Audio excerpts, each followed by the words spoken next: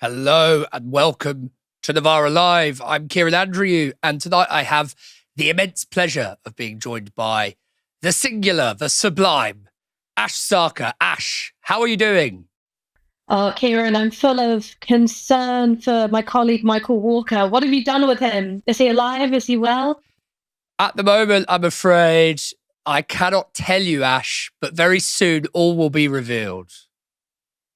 Okay, on that note, coming up tonight, following accusations of institutional bias in relation to a speech by Donald Trump, the BBC's Director General, Tim Davie, has resigned.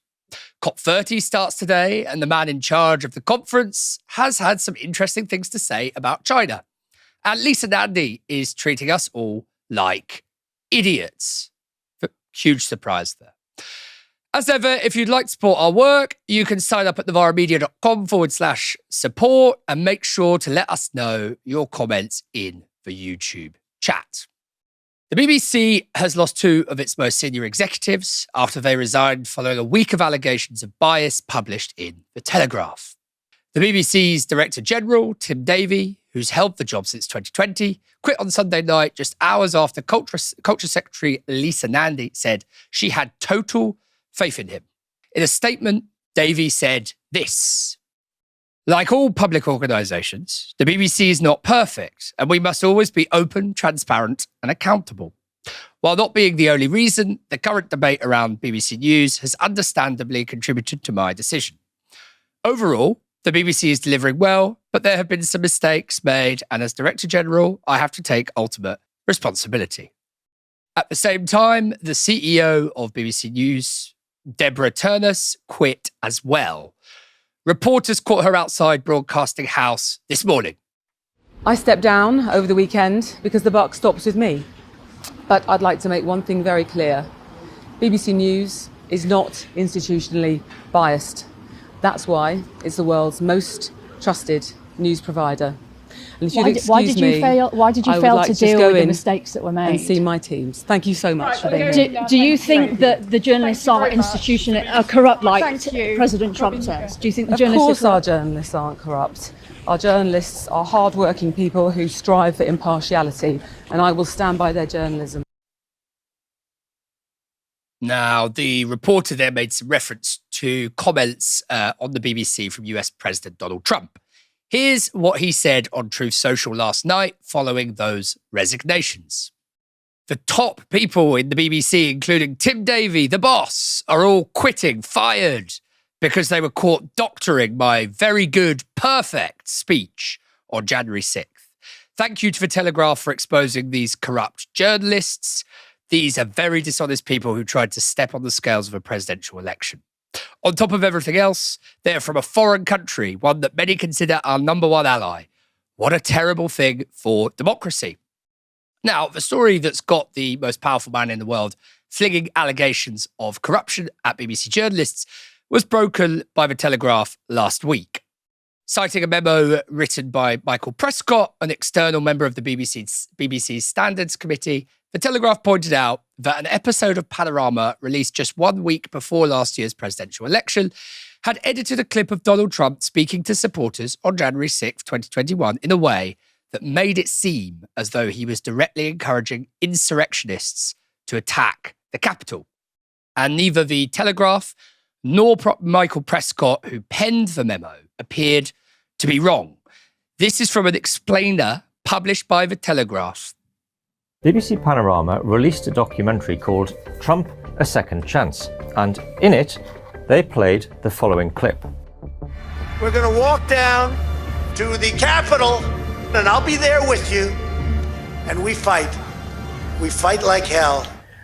But Trump didn't in fact say this at all. The BBC spliced together two clips that took place 54 minutes apart. So let's go through it again. "We're going to walk down to the Capitol, and I'll be there with you." Now, see there, between Capitol and, that's a cut.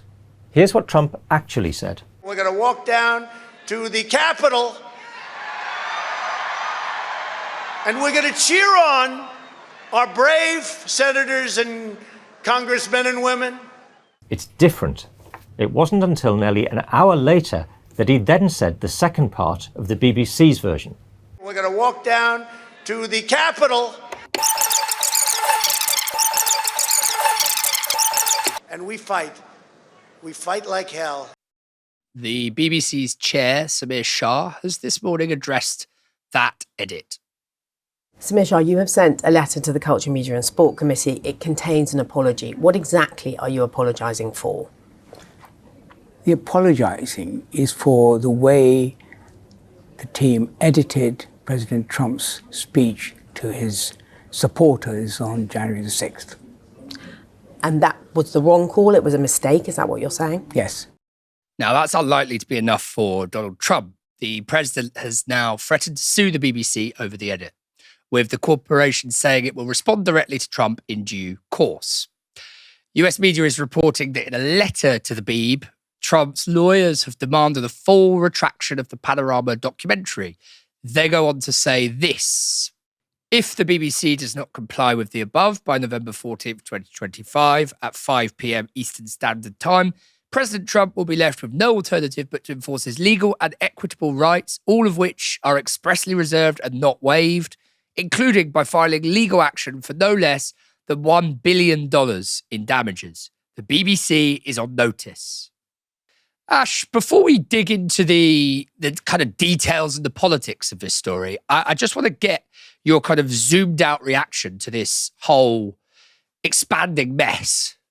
Okay, well, unfortunately, my zoomed out reaction takes in an awful lot of the politics, so I'm going to try and stay away from that. I think the first thing I'd say is that the editing of that clip is substantively misleading. And if one of us did it here at Novara Media and we didn't include, say, a whiteout in between the two clips which have been put together, someone would get a bollocking, right? So that would be a clip that we would take down. We would probably issue a clarification. But it's not normally the kind of error which is so big that it would ordinarily lead to senior journalists stepping down. Now, we know that because when Laura Kuenssberg, and I believe this was back in sort of 2016, 2017 time, was very misleading about something Jeremy Corbyn had said. She'd alleged that he'd been asked, are you an opponent of shoot to kill, even in the event of a Paris-style terrorist attack? And then put that question together with an answer that he gave to an entirely different question to make it seem as though he had a blanket objection to shoot to kill. This was sort of creating a Frankenstein's monster of a question from one place and an answer from another. Now, I may not be, a fancy big city lawyer, but something tells me that that's kind of similar to what happened to President Trump in this case. There was an apology from the BBC, but Laura Kuenssberg didn't lose her job. The Director General certainly didn't lose his job, and neither did any other senior figures at the BBC. So my zoomed out view, and we're going to get into the details of it, is that you can't make sense of this story unless you understand what the kind of external pressures on the BBC are like, and also how that plays out internally. In particular, the role of a very senior figure called Robbie Gibb. We will get into all of that politics in a minute. Ash, thanks for so skillfully kind of setting it up. But let's get into some of the details of Michael Prescott's complaints about the BBC. So on the Panorama episode in question, Prescott has two main complaints. The first is about the edit, where he says this: examining the charge that Trump had incited protesters to storm Capitol Hill, it turned out that Panorama had spliced together two clips from separate parts of his speech. This created the impression that Trump said something he did not, and in doing so, materially misled viewers. It was completely misleading to edit the clip in the way Panorama aired it. The fact that he did not explicitly exhort supporters to go down and fight at Capitol Hill was one of the reasons there were no federal charges for incitement to riot.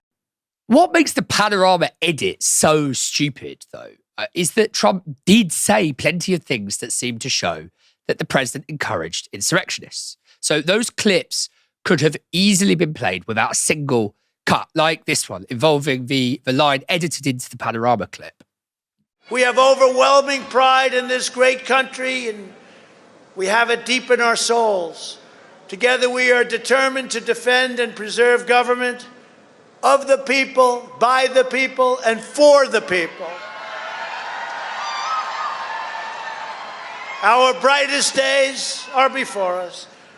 Our greatest achievements still wait. I think one of our great achievements will be election security, because nobody until I came along had any idea how corrupt our elections were. And again, most people would stand there at 9 o'clock in the evening and say, I want to thank you very much. And they go off to some other life. But I said, something's wrong here. Something's really wrong. Can't have happened. And we fight. We fight like hell. And if you don't fight like hell, you're not going to have a country anymore. Yeah, I mean, that's, to my mind, that's pretty damning in itself. And so the editing falsely or dishonestly or manipulatively seems to me to be even more of an unforced error. So those who rioted at the Capitol also say that they understood Trump as having told them to do so. US political watchdog Citizens for Responsibility and Ethics in Washington, or CREW, reported this last year.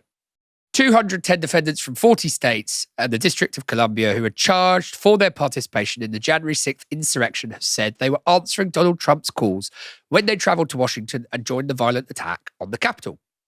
CREW's examination of court filings, transcripts, and news items regarding defendants in January 6th cases shows that defendants ranging from convicted seditionists, such as members of the Proud Boys and Oath Keepers, to individual members of the public, considered Trump their leader and believed they were following his lead by joining the insurrection. During Trump's impeachment trial for insurrection following the riots, a majority of senators on the committee voted to impeach him, with 57 for and 43 against the charge. But even some of those who voted against impeachment held Trump responsible for the Capitol riots, with Republican Senate leader Mitch McConnell saying this: former President Trump's actions that preceded the riot were a disgraceful dereliction of duty. Trump is practically and morally responsible for provoking the events of the day. Michael Prescott also had a second complaint about the BBC's coverage of the presidential election, saying this: given what I took to be the anti-Trump nature of the program, I would of course assume there would be a similar balancing panorama program about Democrat presidential candidate Kamala Harris the following week. I remain shocked that there was not. It's hard to know what a balancing program would look like. Kamala Harris can be criticized for a lot of things, but I don't recall her ever inciting her own insurrection. But that question of balance, a term beloved by the BBC, of course, kept coming up in Prescott's memo. He alleges a lack of balance when it comes to the corporation's coverage of trans issues, complaining of, quote, a drip feed of one-sided stories, usually news features, celebrating the trans experience without adequate balance or objectivity. And the issue of balance came up again in Prescott's complaints around the BBC's coverage of the Gaza genocide. After criticising a handful of issues with the BBC's thousands of hours of coverage of the assault on Gaza, Prescott goes on to say this: the BBC is prone to downplaying criticism by saying it receives similar numbers of complaints from both sides. Looking at the evidence set out above, it seems very hard for any pro-Palestine observers to make a compelling case the BBC has a pro-Israel bias. It's certainly not difficult at all. And of course, more detailed studies of the BBC's coverage of the genocide have not been focused on questions of balance, but of straightforward misreporting. In June, the Centre for Media Monitoring published an almost 200-page report into double standards in the BBC's reporting of the genocide, finding clear patterns of misreporting across nearly 4,000 articles and 32,000 broadcast items. Meanwhile, in December last year, Owen Jones and Dropsite News published an investigation into internal complaints amongst BBC journalists about editorial directions within the BBC's steering output in Israel's favour. Setting aside the daft edit of the Trump's 2021 Capitol speech, Michael Prescott's report is clearly concerned with what he regards as the BBC's failure to properly represent more right-wing views. More gender-critical coverage, check. Bias against Israel, check. Not enough criticism of Kamala Harris, check. So who is Michael Prescott? Prescott is the managing director of PR agency Hanover Communications, a job he held while acting as independent advisor to the BBC's editorial guidelines and standards board for 3 years before leaving in June. According to the Financial Times, Prescott is friends with former Prime Minister Theresa May's then Communications Secretary, Robbie Gibb. Ash has mentioned him, Robbie Gibb. In a classic spin of the revolving door, Gibb's next job was an appointment to the BBC board by the Department for Culture, Media and Sport under Boris Johnson's government. Last year, Gibb came under pressure after the Jewish Chronicle was found to have published highly sensationalised yet totally fabricated articles about Israel's activities in Gaza. Gibb led the mysterious consortium that brought the paper in 2020, though no one knows who the other members are. That led to more than 400 media figures writing to the BBC asking it to remove Gibb from the board. Gibb has also been accused of cronyism and politicising editorial appointments after he was said to have blocked an appointment of a more left-leaning editor from overseeing BBC News. And in 2022, Emily Maitlis accused Robbie Gibb of being a, quote, active Tory party agent, acting as, quote, arbiter of impartiality on BBC board and shaping the corporation's news output. According to The Guardian, Gibb was instrumental in appointing Prescott as editorial advisor and completing the Tory circle. And no one has come out swinging harder in support of Prescott's claims this week than the man whose government injected Gibb into the BBC, Mr. Boris Johnson. Okay, so Ash, Michael Prescott, Robbie Gibb, Boris Johnson. Let's go for it. Let's have the politics. Please tell me more about bias and balance at the BBC.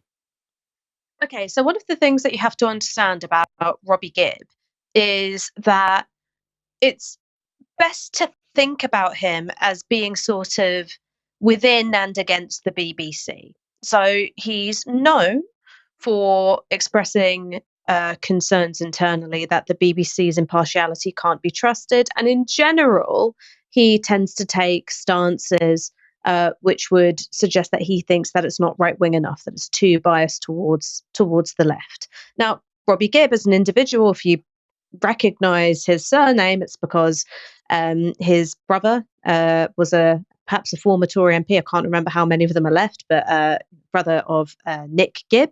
Also, he was part of the consortium that bought out the Jewish Chronicle, a newspaper which has been highly critical of the BBC's handling of issues regarding Israel, Gaza, and alleged anti-Semitism within the BBC. And in terms of some of the behind-the-scenes reporting, which has been trying to shed light on how the BBC has dealt with this internal crisis of the Donald Trump panorama issue, there appears to have been a big split on the BBC board between, journalistic appointees and more political appointees. So I think there is one way of looking at this series of events. So you've got Donald Trump applying significant pressure externally. He's got probably the single biggest bully pulpit in the entire world. He also has leverage when it comes to, if not the BBC, then the UK's interests more generally. I mean, we know that he's fond of slapping a tariff down when he doesn't get his own way. That's the kind of thing the BBC and indeed the Labour government will be thinking about in terms of this conflict. So you've got a huge amount of external pressure. You've also got The Telegraph and other right-wing newspapers whose coverage of the BBC when it comes to so-called impartiality issues, makes a huge song and dance about anything that is seen to impact the right and anything which is seen to impact the left. Well, Guys, that doesn't get seen at that all. one. Sorry to be annoying. Thank you. So when it comes to the role of the rest of the British media, I think that you have to take that into account as well. So these are the people who are banging the drum against Gary Lineker, so on and so forth. And then internally, you've got people who take various political views within the BBC, who agitate within the BBC. There were suggestions that there are individuals who are very concerned about some of the journalistic some of the journalists who were staffing BBC News and had senior positions with BBC News, because when they had worked for other outlets, they had presided over editorial lines which were more sort of left liberal. So it's best to understand the BBC as an organisation which is at war. It's at war with parties externally, and it's also riven by civil war as well. And there's one last thing that I suppose I'd like to mention here when it comes to the selectiveness of impartiality. I think, for instance, the BBC reprimanding a newsreader for sort of pulling a little bit of a face when she said pregnant people and supplementing the word women is probably a little bit silly, right? I think that's a little bit silly. But that's exactly the kind of thing that would have seen a journalist hauled over coals if, for instance, they were to use the active voice when describing Israel's butchery of Palestinians in the genocide, or, had seemed too sympathetic towards, I don't know, Jeremy Corbyn or Zara Sultana or Zach Polanski.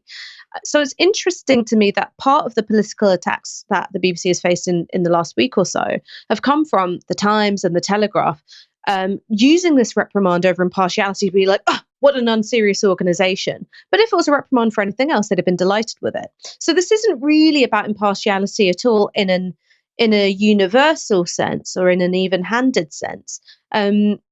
It's really about impartiality being used as a weapon. And it's a weapon which can close down certain points of views, but not others. Yeah, absolutely. It's the kind of political weaponization of it and the inconsistency of it. If you want to be serious and grown up about things and, call out low-hanging fruit or cheap shots or whatever, or silliness when you think you see it, then do it consistently. This is an organization, obviously, that, as you pointed out, Ash, has largely whitewashed or neutralized via the passive voice or other methods a genocide in the past 2 years. So it's pretty difficult to take its other strong moral positions seriously. Fair to say that my favorite brothers Gibb remain the Bee Gees. Donald Trump's wading into the crisis at the BBC will have created a massive political headache for the government. Do you back the BBC or the most powerful man in the world? Those kinds of questions. So far, Labour ministers, surprise, surprise, have ploughed the path of least resistance. Asked whether Prime Minister Keir Starmer thought the BBC was institutionally biased, a Downing Street spokesperson said this: "No, but it is important that the BBC acts to maintain trust and correct mistakes quickly when they occur, because, as I say, for any public service broadcaster, accountability is vital to maintain trust." Chancellor Rachel Reeves, meanwhile, said this: "The BBC is rightly held to high standards and they've fallen short on this occasion. Lessons do need to be learned, but I've got a huge amount of respect for the BBC and I know they'll come back from this." Reeves declined to comment on Trump's threat to sue the BBC, perhaps unable to face the prospect of yet another billion-dollar black hole. Lib Dem leader Ed Davey had a more robust response to Trump's allegations of corruption at the BBC. The key issue for politicians today is, are they going to defend the institution of the BBC? It's a world-leading institution, the most trusted media institution in the world, and we should protect it. That's why I have written to the Prime Minister, Keir Starmer, Kemi Badenoch and Nigel Farage to see if they'll join me in criticising Donald Trump, who is undermining the BBC with his comments, attacking the leadership, calling BBC journalists corrupt, and with his press secretary suggesting that people should watch GB News. That's a level of interference in our media which is unprecedented, and I hope other political leaders will join the Liberal Democrats in calling President Trump out. A reference there to Trump's press secretary, Caroline Leavitt. She accused the BBC of being 100% fake news on Friday, complaining it ruined her day whenever she watched it. Following the resignation of the BBC bosses, she posted this: "BBC News is dying because they're anti-Trump. Fake news. Everyone should watch at GB News." That would have been music to the ear of GB News host and Reform UK leader Nigel Farage, who definitely won't be defending the BBC. I spoke to the president on Friday. He just said to me, "Is this how you treat your best ally?" It's quite a powerful comment, isn't it? It's quite a powerful comment. So there's been too much going for too long. You might have noticed, Harry, that last year 500,000 people stopped paying the license fee. The year before, 500,000 people stopped paying the license fee. If the BBC doesn't now get a grip, get somebody in from the outside, somebody who has got a history and a culture of changing organizations, of turning them around, then I think what you would see within the next couple of years are many, many millions just refusing, just not wanting to have the license fee. I spoke to Nadine Dorries at some length this morning. She, of course, the former culture secretary, now a member of Reform, and she was the one trying very hard to bring some reforms in. And I rather agree with her. We need to very much slim down BBC. When it comes to entertainment, when it comes to sport, and many other areas like that, well, they should compete against everybody else for a subscription model. That's the modern world that we live in. Whatever you think about the mess that the BBC's got itself into, the idea of consulting with Nadine Dorries about what should happen to the national broadcaster is pretty hilarious. Ash, you've kind of ranged over a lot of the political detail. It's a story with so much minutiae and so many characters involved and so much larger politics at play. I just want to see if you had any kind of final thoughts around Farage or beyond him on this. Well, the thing is that Nigel Farage is someone who understands power very well, and he also understands the power of the media very well. So I personally think that one of the reasons why the small boats crisis, as it's so often called, has become such a huge part of the British political environment is because Farage knew how to create a story out of that. So he went down to the Kent coast day after day after day, filming himself, and the mainstream media followed. And that's now become one of the single most, I suppose, time-consuming and difficult preoccupations in the British political environment. So he understands the power of the media, and I think he also understands that the BBC, while it's sort of it's a cliche to say, the BBC is far from perfect. The BBC is a biased organisation, and the window of respectable opinion, sort of extends from, Blairism to Cameronism, right? That's the culture of the BBC broadly, from the sort of, very right wing of the centre left, all the way to, flirting just a touch with the hard right, but not wanting to get your paws mucky by getting too deep into populism. That's the bias of the BBC. And so people are correct when they say this is not an impartial organisation. People are correct when they say this is not an organisation which can be trusted to handle all sorts of stories and perspectives without fear or favour.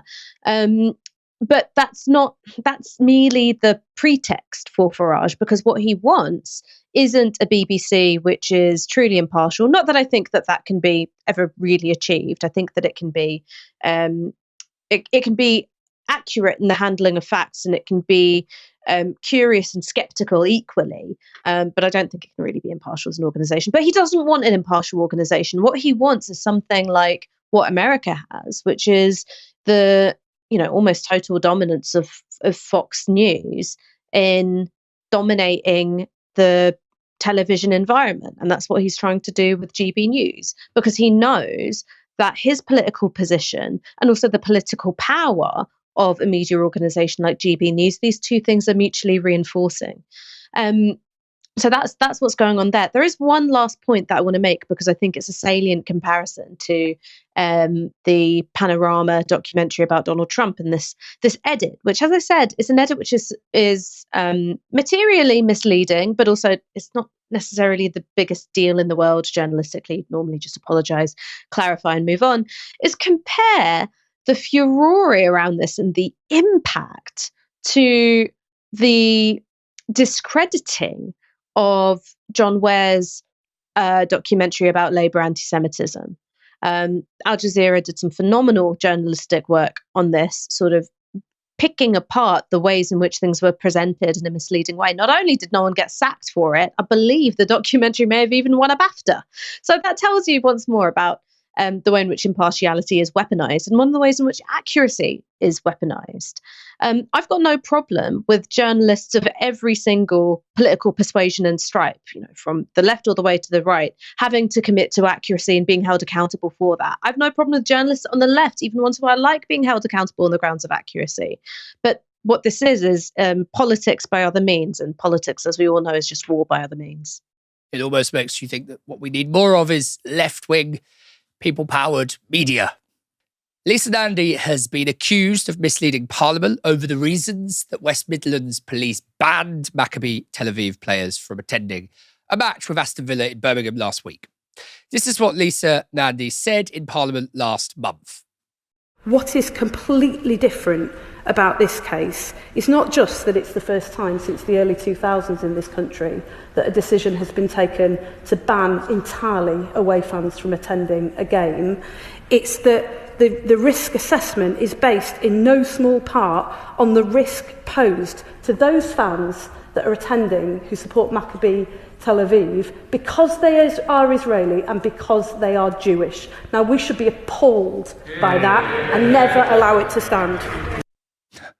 Now, that was directly contradicted by West Midlands police last week. I'm aware there's a lot of commentary around the threat to the fans being the reason for the decision. To be clear, that was not the primary driver. That was a consideration. We have intelligence and information that says that there is a section of Maccabi fans, not all Maccabi fans, but a section of them who engage in quite significant levels of hooliganism. What is probably quite unique in these circumstances is whereas often hooligans will clash with other hooligans and it will be contained within the football fan base. We've had examples where a section of Maccabi fans were targeting people not involved in football matches, and certainly we had an incident in Amsterdam last year which has informed some of our decision making. So it is exclusively a decision we made on the basis of the behaviour of a subsection of Maccabi fans, but all the reaction that could occur obviously form part of that as well. Exclusively made on the basis of the behaviour of a subsection of Maccabi fans. So you got, on the one hand, Lisa Nandy saying something quite different and very invidious to Parliament, and then you've got the police, you heard it there from the horse's mouth, exclusively on the basis of that behaviour by a subsection of the fans. Who's telling the truth? On LBC, Lewis Goodall pressed Nandy on those claims.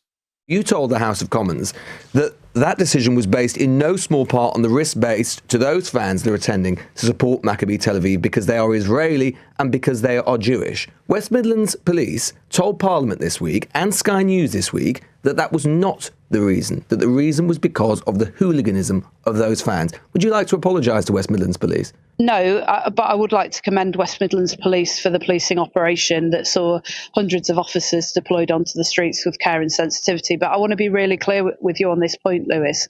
I, of course, as you would expect, requested the advice from West Midlands Police to the Safety Advisory Group who make the ultimate decision on this before we took any decisions around it. That advice was crystal clear that there were a number of factors that went into the decision that West Midlands Police, the recommendation that they put forward that away fans should be banned. That was based on an assessment of risk that included an element of hooliganism amongst the away fans, but it was absolutely crystal clear that the risk to the Maccabi Tel Aviv fans was high. Sorry, Culture Secretary. Chief high. Superintendent Tom Joyce told Sky News, "We are simply trying to make decisions based on community safety driven by the intelligence that was available to us and our assessment of the risk that was coming from admitting travelling fans." They have been clear this week that the primary driver around this was about the threat posed by those fans. And you said it was about anti-Semitism.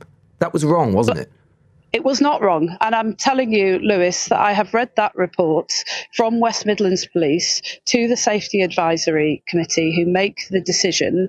And that report was absolutely crystal clear that although there were a number of factors that went into their recommendation to ban away fans, the high risk that they identified was to those fans themselves. That was not just on the basis that they were Maccabi Tel Aviv fans. It was because it was an Israeli team, and it's because many of those supporters were Jewish. Now, Not only is Lisa Nandy calling the West Midlands police liars, as well as accusing them and local Birmingham communities, by the way, of being anti-Semitic, she's also treating us all like mugs, frankly. The full intelligence report behind the ban has now been leaked to Birmingham Live, who reported this. The 8-page internal report leaked to Birmingham Live revealed that a high risk of disorder triggered by hundreds of fighting experienced hooligans linked to the Israeli club, some with IDF links, was the key reason for the ban. Ash, help me out here. Why is the government willing to die in a ditch to defend people that walk around shouting death to Arabs? Kieran, you don't understand. This government is committed to upholding law and order, cracking down on antisocial behaviour and other forms of crime, whether it's petty or it's violent. And so that means what you have to do is allow Israeli football hooligans to terrorize local communities, racially abuse who they want, tear down whatever flags they want. Do you see the logic here? I mean, look, this only looks like a contradiction if you have failed to, I think, really grapple with the precise role that weaponized anti-Semitism has played in UK politics and increasingly politics across much of the global north. The role that this has played is to sort of say anything that you do, which is either critical of Israel, critical of Israelis, or in any way antithetical to Israeli interests, that will be called anti-Semitic. And it becomes a disciplining tool. It's a disciplining tool for political possibility. So this is something which left-wing candidates have to contend with, even if they themselves are Jewish, like Zach Polanski. So it's not just Muslim candidates like, Zoran Mamdani or Zara Sultana who have to deal with it. Even Jewish candidates have to deal with it themselves. So it becomes a way to sort of close down that Overton window in such a way as to exclude the left. But it also becomes something which, the centre-left and centre-right governments are scared of. And that is because, unfortunately, there is a whole system of interlinked organisations, many of whom have, the word anti-Semitism in the name. But most of the time, what they're doing isn't talking about anti-Semitism. What they're instead doing is presenting anything which is, hostile or even merely just not facilitating Israeli interests as anti-Semitism. I mean, it's the wonderful thing about an organisation like Campaign Against Anti-Semitism is that they spend so much time talking about Israel. Not very much time thinking about the safety of, Jewish communities across this country, an awful lot of time talking about Israel. And it's such an effective disciplining tool that it becomes fully internalized, I think, fully internalized. And whether that's something that happens because there's sort of political affinity between Labour politicians and the project of Israeli imperialism, or whether it's just because of political convenience and wanting to take the path of least resistance, they internalize that disciplining force. And that's how you end up in such an absurd place where effectively you've got, the Labour government line and much of the mainstream media saying, unless you let Israeli football hooligans terrorize the city of Birmingham, you're anti-Semitic. It's really one of my favorite news stories of the entire year, Kieran. I'm so glad I got to talk about it again. Every time I think about it, I can feel this, rush of cortisol and adrenaline surging through my body. It really does make me feel alive. Yeah, because it's not only the theatre of the absurd in itself, but it also, I know that we're both very fond of our national sport. And just looking at it very briefly as a final thought on this, through a kind of football lens rather than a sort of sociological lens, obviously they're interlinked, but you know what I mean? Football in racism is still a very big problem in this country, but it used to be absolutely epidemic on the terraces and up and down the country. I go to a lot of football matches, and there are of course pockets of racism still in stadiums. But one thing I will say is that it's something very dramatic has shifted. And that is because of successive campaigns that, if you are caught saying something racist in a football stadium these days, you'll know this, Ash. the overwhelming likelihood is that you're going to be banned for life from the football stadium. And of course, that doesn't always happen. And as I say, there's still a lot of racism. And I suspect the lower down the leagues you go, the more people get away with it. But certainly in the Premier League, it's very, very seriously treated now. Suffice to say that shouting death to Arabs would not meet the criteria of entering a football stadium in the modern world, thank God. COP30 starts today. That's the annual global climate conference that brings together world leaders and dignitaries from 194 countries to discuss the future of the planet, no less. This year's conference is being held in the Amazon rainforest in a town called Belém in Brazil. And the man in charge of the conference, a Brazilian diplomat called André Correa do Lago, apologies for my pronunciation, had some interesting things to say. Speaking to reporters in Belém, do Lago said that countries in the global north have stalled in their efforts to tackle the climate crisis. Meanwhile, countries in the global south are ploughing ahead with their climate-based targets. In particular, do Lago highlighted, wait for it, China's record as a model that countries in the global north should seek to emulate.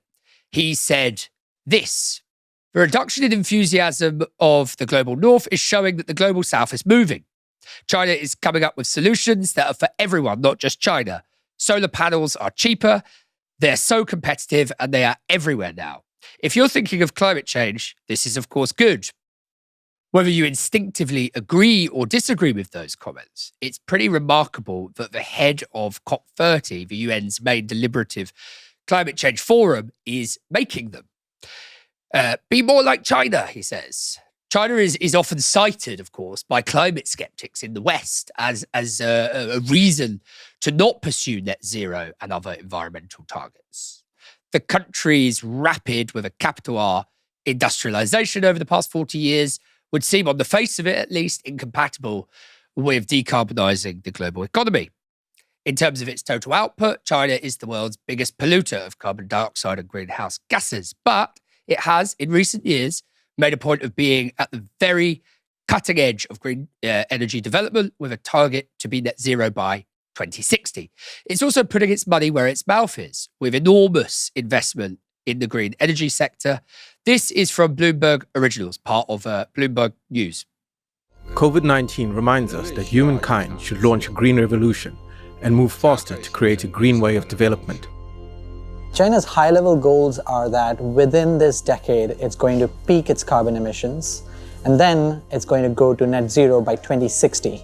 So that gives it approximately 40 years to do something that no country has achieved, let alone something like the size of China. As the world starts to turn away from fossil fuels, China is positioning itself as the king of clean energy, not only transforming its own energy system, but also building a supply chain that could leave the world uncomfortably dependent on China for its energy needs. China has really expanded its grip, so it's the processing, it's the manufacturing, it's all the way down to your EVs and your battery packs. How the West deals with that, they're going to have to be a bit creative. What China plans to accomplish by 2030 could determine the shape of the global energy system of the future. Now, it's been 10 years since the Paris Climate Agreement, in which 196 countries committed to keeping global temperatures well below a 2 degrees Celsius increase, and preferably no higher than 1.5 degrees Celsius. But many observers, including Lana Said, Palau's ambassador to the UN and a spokesperson for the Alliance of Small Island States, thinks that that target is increasingly slipping away. Said said this: progress so far has been insufficient and we have to have a response. Otherwise, we don't know where we are going. The 1.5 Celsius target must be our North Star. We need to say that collectively we're falling short on that and we need a response.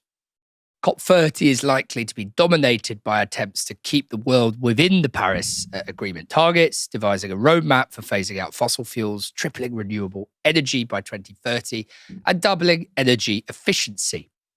Now, earlier today, I spoke to Simon Lewis, Professor of Global Change Science at University College London.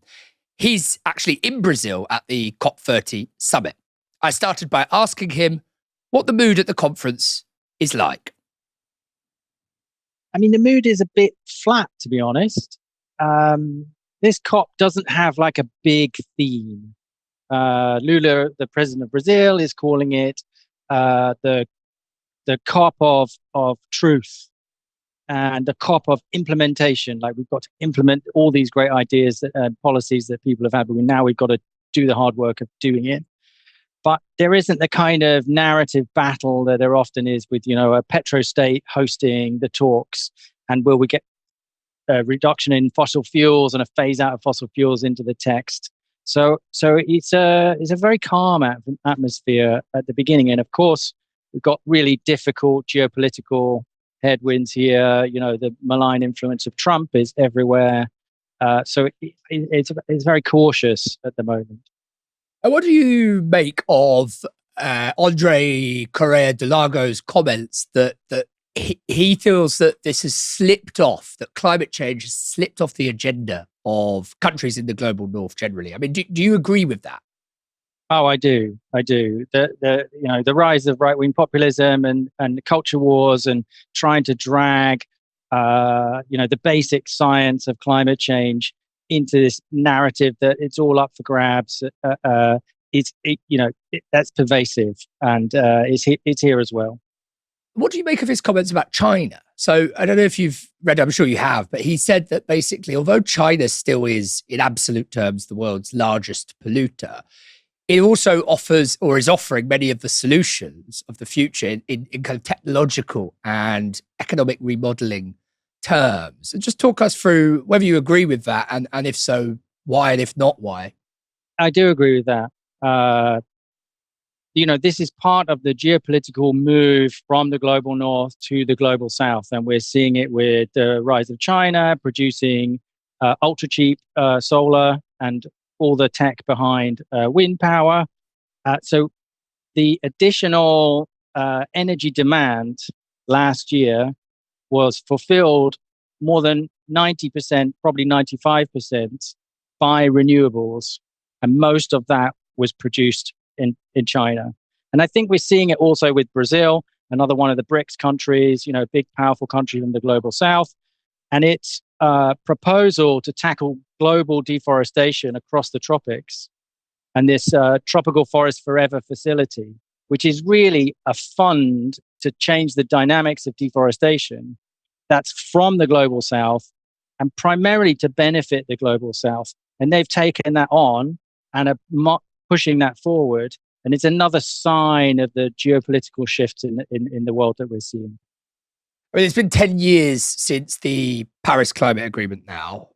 How are we doing? How is the world doing? You've outlined it, you touched on it in places, but broadly, how are we doing within the framework of those targets? And, are we on course to avoid catastrophic global warming in the 21st century, or aren't we? We're miles away from meeting the targets. We are, the pledges that have been made so far in this COP, we would reduce emissions by 2035 by 10%, and to stay within 1.5 degrees C of warming above pre-industrial temperatures, that should be a reduction of 60%. So we're absolutely miles away from avoiding the really catastrophic impacts. And also we see the catastrophic impacts now. You have 1 million people in the Philippines being evacuated and hundreds of people dying. And then 2 weeks before, we have the hurricane in the Caribbean. And again, total destruction. And what people fail to understand is that those emissions, even though they're not rising really fast, that just means the rate of the climate impacts just ramps up and ramps up and ramps up going forward. And it will continue rising until we get to net zero emissions, to zero emissions on average. And then the climate impacts will just stay at that awful level. It's a really catastrophic situation that we find ourselves in. And the Paris Agreement has really impacted the world positively. In the 10 years before Paris Agreement, emissions rose by 18.4%. In the 10 years after the Paris Agreement, they rose by only 1.8%. So there's an impact, but it's miles away from what's required. And that's really about the power and the influence and the finance of the fossil fuel industry, hanging on, for dear life to extract and extract and extract and get profits and profits and profits, regardless of the long-term consequences.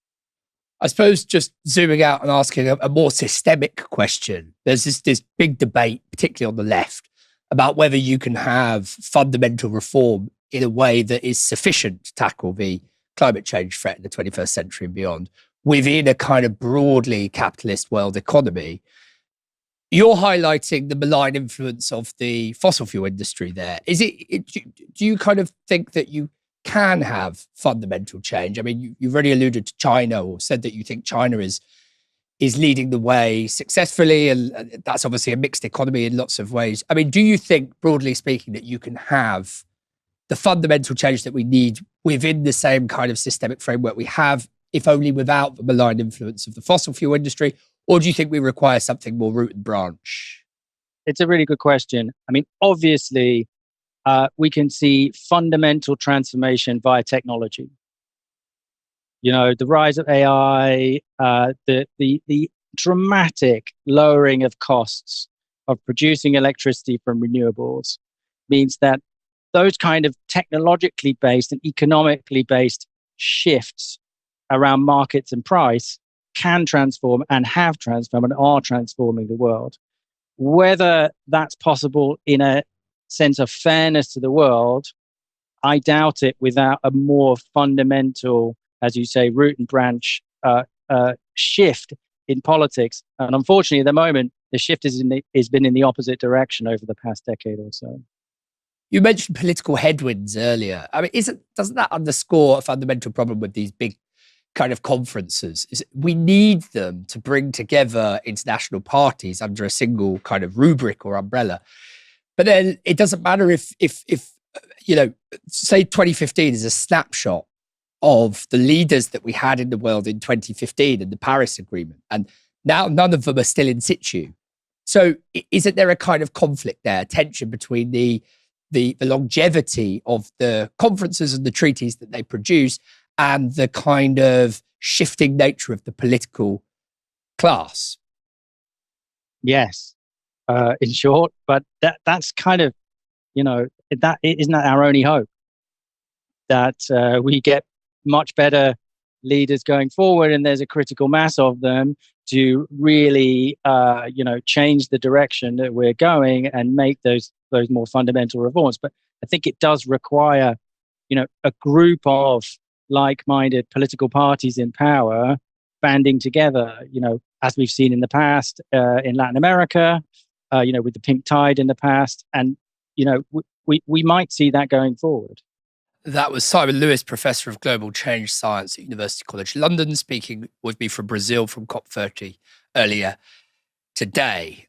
Ash, while I've got you here, I just want to come back to you. I mean, what's your sense of how we're doing in relation to climate change? And do these kind of conferences, do they really help? How are we doing in terms of climate change? Well, I'll tell you something, my acid reflux and my, heart palpitations that I get when I think about it are probably saying not so well. In terms of thinking about what the value of COP conferences are, I mean, I think that you and Simon you handled very well between you thinking about the value of bringing together these international partners. But I think I want to approach it from the position of domestic politics for a second. Because obviously, when Boris Johnson was Prime Minister, we hosted COP in Glasgow.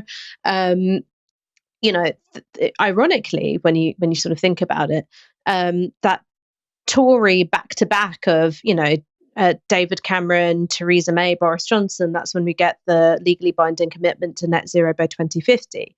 None of those things have been great at making climate change not only a high salience issue, but also a high impact issue at the same time. So climate change, it sort of like goes in and out of people's top three issues, and it changes a lot depending on what's going on in the news. So one of the sort of ironies of Just Stop Oil is that, everybody hates them. They poll about as well as hemorrhoids if you look at YouGov. But when it comes to pushing up the salience of how important people think climate change is, I mean, it's been very effective at doing that.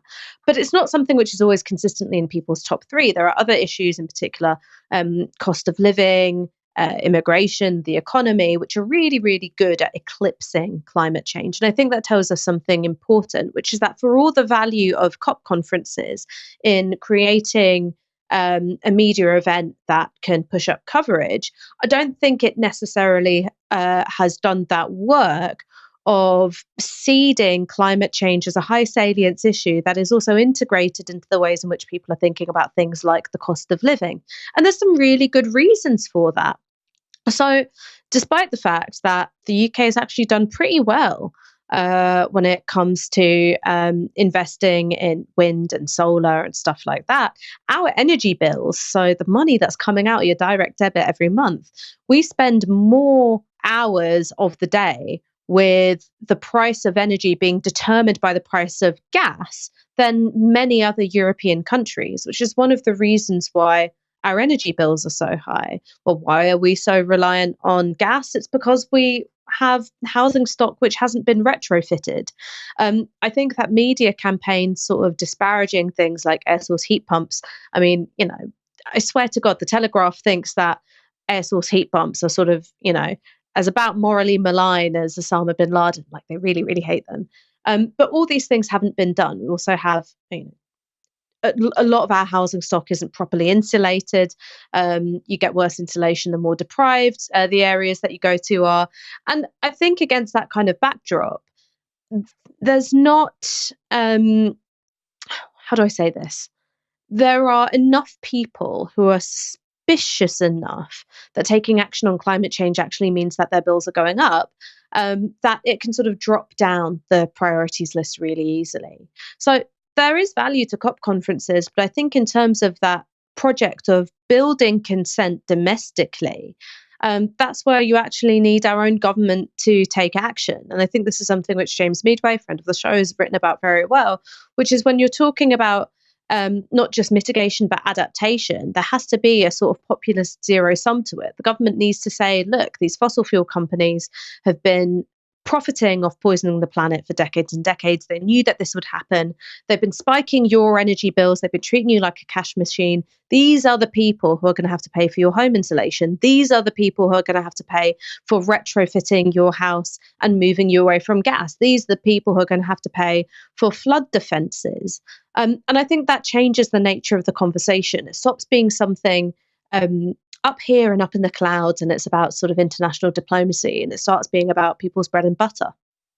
Completely agree with all of that. And I almost feel like climate change is such an enormous issue that I don't want to indulge in cod psychology, but people just struggle to wrap their heads around it in anything like a prolonged way, much less kind of effectuate actions that might alleviate it.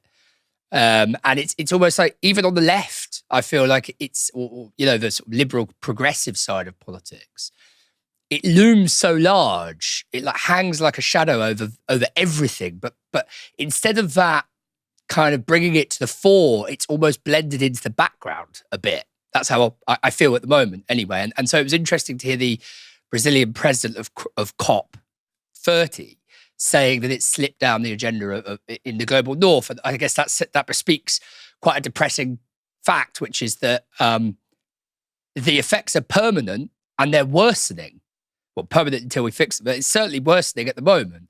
And yet the politics fluctuates. The politics and public attention comes and goes. We're out of time. Ash, you asked me what I've done with Michael. I'm happy to reveal now that the show is safely in the bank, that he's absolutely fine. He's safe and well.